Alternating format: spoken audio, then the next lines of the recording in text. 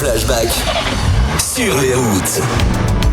93 restera pour beaucoup comme une année noire. Elle pourrait se résumer par cette phrase devenue célèbre prononcée par McMahon: que d'eau, que d'eau. C'est en effet l'année des gigantesques inondations qui vont dans un premier temps bloquer les circulations routières et même ferroviaires et bien sûr fluviales et plus tard engendrer un désastre sur le terrain et par voie de conséquence sur le plan économique. Partout en France, la montée du niveau est constatée dans les cours d'eau, mais en ce qui nous concerne, c'est tout d'abord bien sûr l'Oise et l'Aisne ainsi que ses affluents qui déclenchent la crue sur l'ensemble de ce bassin versant. La faute en revient à une longue série de pluies intenses durant les fêtes de fin d'année qui se traduit à une très forte montée des eaux à l'approche de Noël. Une crue qui s'avérera dévastatrice par sa force, par son étendue et par sa durée aussi. Pour ce souvenir, nous retrouvons avec grand plaisir Jean-Luc Grandvalet, à l'époque journaliste au Parisien, au sein d'une rédaction très mobilisée, vous vous en doutez, en ce mois de décembre 93. Oui, ce sont des dizaines de milliers d'habitants qui ont à subir les effets néfastes de cette crue. Ils sont des milliers à être contraints de quitter leur maison et doivent être évacués. Malheureusement, certains de ces riverains n'ont pu être sauvés et sont morts tout simplement. On ne les retrouvera que plus tard quand le niveau de l'eau entamera une lente diminution. L'économie, on s'en doute, Jean-Luc est sérieusement touché avec l'arrêt de presque toutes les activités, des services publics ainsi que la fermeture des écoles. Oui, parfois ce sont les réseaux d'assainissement qui sont touchés et la distribution de l'eau potable, ce qui oblige les instances communales et départementales à procéder parfois à de la distribution de bouteilles d'eau potable à la population. Au total, ce sont plus de 100 000 habitants qui sont concernés et les dommages économiques se chiffrent à l'équivalent de plus de 87 millions d'euros répartis en plus de 76 millions d'euros du côté de l'industrie, 14 millions d'euros pour le commerce et plus de 6 millions d'euros en ce qui concerne l'agriculture. Bien sûr, il s'agit d'euros d'aujourd'hui. Au final, cet épisode de crue aura au moins permis de prendre conscience que les risques naturels peuvent dévaster des territoires entiers. Mais la leçon n'aura guère porté à cette époque, puisque l'on connaîtra 2 ans plus tard une nouvelle crue fort heureusement moins importante. 93 demeurera Jean-Luc à tout jamais la crue du siècle.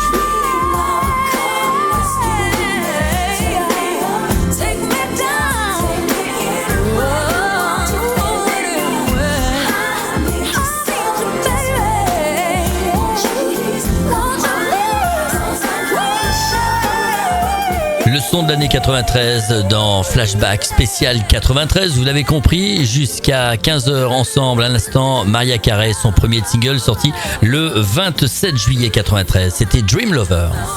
Flashback sur les routes. Autre sujet, Jean-Luc, en cette année 93, on la trouve dans la rubrique Faits divers. C'est un meurtre commis dans la nuit du samedi 12 au dimanche 13 octobre 93, un crime qui va rester dans les mémoires sous le titre générique de l'affaire Angélique. Un prénom qui évoque plutôt la fraîcheur et la jeunesse, mais celle qui le porte n'aura pas le loisir d'atteindre ses 20 printemps. Une longue traque de plus de 15 ans va débuter avant de retrouver presque par hasard l'auteur de ce viol qui s'est conclu par le meurtre d'une jeune fille en lisière de forêt de Compiègne. Oui, au matin du 13 octobre 1993, un cycliste, en balade dominicale tout simplement, près du site historique de la Clairière de l'Armistice, aperçoit dans un fossé le corps d'une jeune fille ensanglantée. Effrayé, on le serait à moins, il fonce vers la demeure du gardien du musée de ce célèbre wagon historique afin de donner l'alerte. L'enquête débute, mais les premières constatations sont entachées, Jean-Luc, par ce qu'il faut appeler un cafouillage entre les services de police et de la gendarmerie, chacun contestant l'appartenance du lieu du crime à sa compétence territoriale. Ville ou forêt, c'est pour finir la police nationale qui hérite, si je puis dire, du dossier. Mais avant que les spécialistes de l'identité judiciaire et les policiers de la criminelle ne commencent à opérer, la scène de crime a été piétinée, littéralement polluée par les allées et venues de toute une armée d'enquêteurs et de forces de l'ordre. Il y a même des promeneurs du dimanche matin qui passent en cherchant tout simplement à savoir ce qui est arrivé ici. Tout cela ne facilitera pas l'indispensable collecte des indices nécessaires au bon déroulement d'une enquête et surtout à sa conclusion. En revanche, on apprendra très rapidement que la jeune victime a pour nom Angélique Dumetz, qu'elle réside dans le quartier Pompidou de Compiègne en compagnie de sa mère. Cette jeune fille qui affiche sa sérénité sur l'unique photo qui sera diffusée dans les journaux de l'époque est tout l'inverse d'une écervelée et au soir du 12 octobre, elle se rend tout simplement avec ses amis de son quartier de Royal-Lieu afin de fêter l'anniversaire de l'une d'entre elles dans la discothèque City Hall qui est proche de l'hôtel de ville de Compiègne. Vers 4h du matin, la petite bande se sépare et dès lors, on ne reverra pas Angélique vivante. Durant 5 années, les enquêteurs vont s'évertuer à reconstituer la soirée d'Angélique et de ses amis, principalement dans cette période comprise entre 4 et 9 heures du matin, heure à laquelle on retrouve son corps en bordure de chemin forestier. C'est une interminable quête de la vérité ponctuée de moments de pseudo-découverte et d'espoir déçu qui s'étendra alors sur 15 années. Marie-Pierre Mazier, c'est le nom de jeune fille de la mère d'Angélique, livrera elle aussi une inlassable bataille pour la vérité, aidée par la création d'une association baptisée Angélique. Un ange est passé, elle va remuer ciel et terre afin de relancer et dynamiser la constitution d'un fichier d'empreintes génétiques, car à cette époque, l'utilisation de l'ADN dans les enquêtes policières est quasi inconnue en France. Grâce à Madame Mazier et par son rôle d'entêtement, ses multiples rencontres avec les juges et même avec le président de la République Nicolas Sarkozy, elle parvient à faire mettre en place le fichier national des empreintes génétiques, c'est son nom officiel.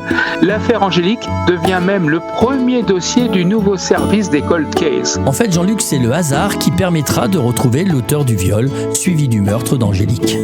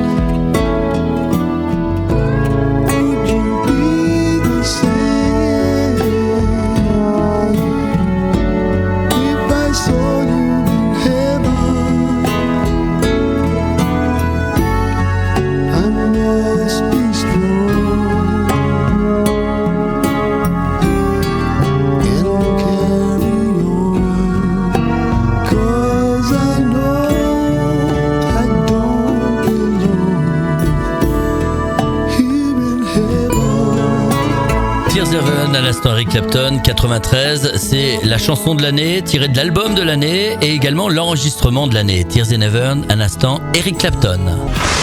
Flashback, ce sont 2 heures de playlist, chaque mercredi de 13h à 15h. Une programmation rétro, fidèle à l'esprit de l'émission, pour patienter jusqu'au retour de Christophe et ses chroniques autour des grandes époques musicales. Flashback, chaque mercredi entre 13h et 15h, uniquement sur Open Sky.